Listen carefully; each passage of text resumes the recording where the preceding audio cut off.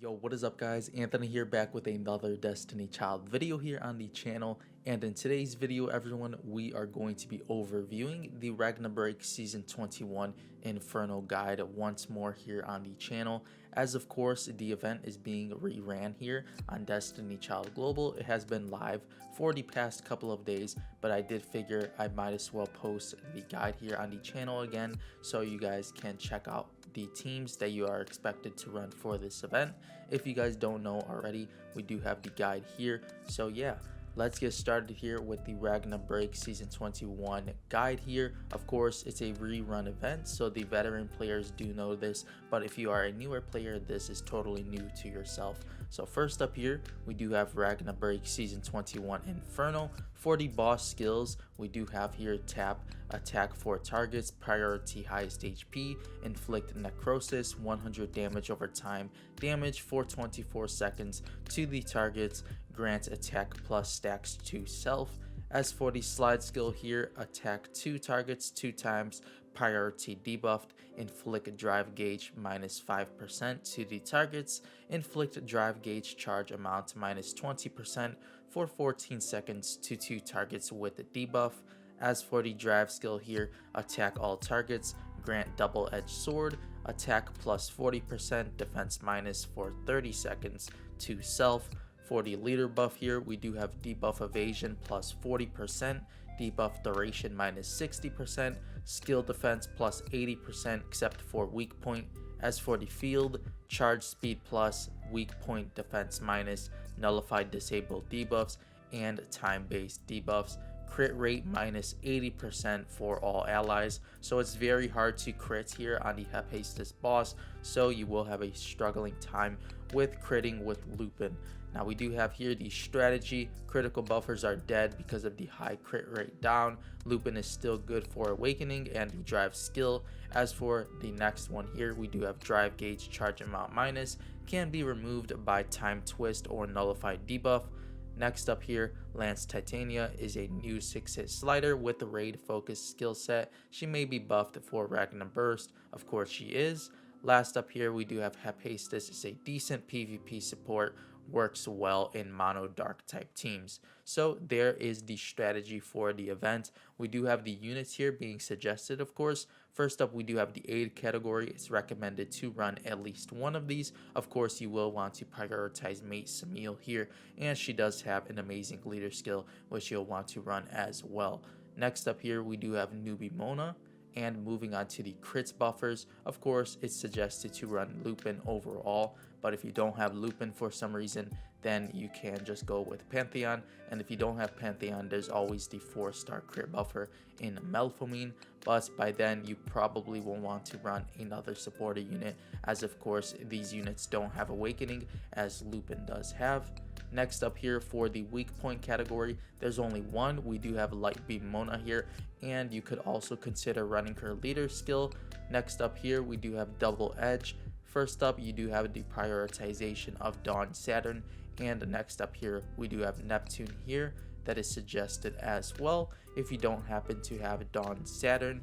And moving down here to the other offensive supports, of course these are just recommended to test and try out if you guys do lack the staple supporters. First up here we do have Thisbe, next up we do have Senga, Maid Citri, Hermes, Sweet Citri, and Catgirl Nimhane. And moving on to the other survival supporters, maybe you guys are dying in the battle. Of course, you do want to prioritize living throughout the entire battle, so adding some healers will not do you any harm. Of course, first up here, we do have Pomona, followed by Pomona, we do have Mott, of course, the AoE heal target. Next up here, we do have the attackers. It's suggested to run 1 to 2 of these units. First up here, it's recommended to run Lance Titania overall. She is a very amazing 6-hit slider upon being fully ignited, and of course she is the raid focused light type attacker, so you will definitely want to invest in this new unit, and she does have an amazing leader skill as well. Next up here, we do have Bridal Hilder being suggested, but it's expected to avoid her as of course the crit rate is nerfed for this event, and that is all Bridal Hilder is about, so you probably won't want to run Bridal Hilder, but if you don't have any other option, then definitely go with her. Next up here, we do have Sniper Hilder, which is Gunslinger Hilder. I do use her myself, and it's possible to one-shot. So Sniper Hilder is amazing. Of course, it might be hard to obtain this unit as she is a House of Reincarnation exclusive unit. Next up here, we do have Bastet, followed by Cleopatra. Of course, like Cleopatra, she's very similar to Bridal Hilder, so it's very hard to use her during this event, and you should probably go with a different option. After Cleopatra here, we do have Resurrected Frey, and last up here, we do have Righteous Mafdet. As for the tips here, we do have attacker prioritization being 6-hit slide over a 4-hit tap and a 4-hit tap over a 4-hit slide. Bridal Hilder and Cleopatra are RIP. Of course, they are useless for this event as they do not have their critical attacks here. Next up here, we do have Lance Titania is a new 6-hit slider with the raid focus skill set. She is expected to be buffed as the best attacker. Of course, she is as expected with the new unit with an event. We do have here next up, Lupin is the best partner with Sniper Hilder in auto since her drive skill. So very amazing combo there with the Sniper Hilder and of course Lupin. Next up here, we do have the soul cards to be recommended for your attackers. First up here, we do have What They Lost. Next up being I'm Right Here. Of course, the best choice. We also do have here the Sentinel Vow, the Tapper's backup, Running Away, the Slider's backup, and of course the Hello My Love isn't used as often, but of course you can use it if you do need to apply a card to your attacker. Next up here, we do have the supporters. Of course, Showtime is the best defensive soul card. It always has been and always will be for a while. We do have here any HP defense soul card can be used if you don't happen to have Showtime.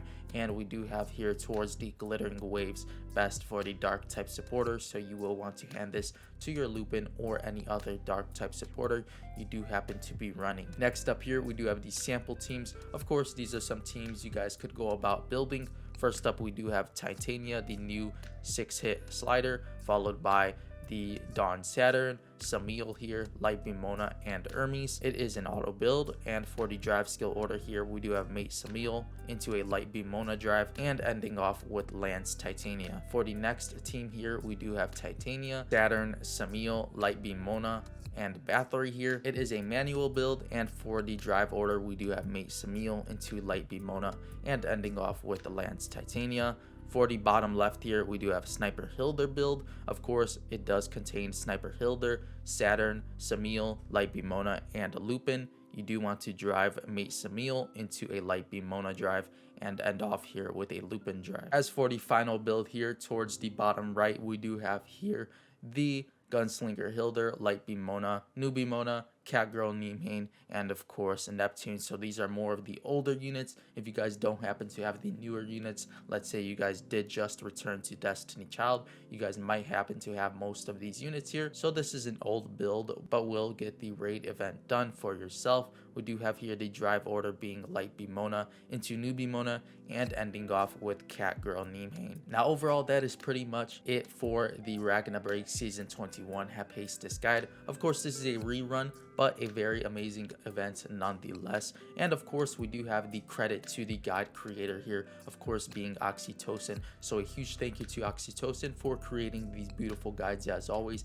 And of course, we always do have the links in the description box below to the Destiny Child International and Global Discord, as well as the Destiny Child Chinese server if you guys would like to join there as well. So a huge thank you to Oxytocin for creating this beautiful guide, and of course a huge thank you to anyone else who may have had an input on this guide as well. But that'll pretty much do it for today's Destiny Child video, everyone. Make sure to let me know in the comment section below if this video did help you guys out at all, and of course if you guys haven't done so already, make sure to subscribe to the channel if you haven't done so already, and of course would like to stay notified for more Destiny Child videos such as this one. But before you go, make sure to leave a like on this video, as well as make sure to let me know in the comment section below as well if you guys are enjoying the Ragna Break Season 21 rerun event, and if you guys have pulled anything amazing from your platinum chest or summons just yet. But with all of that being said, I'll see you all in the next Destiny Child video.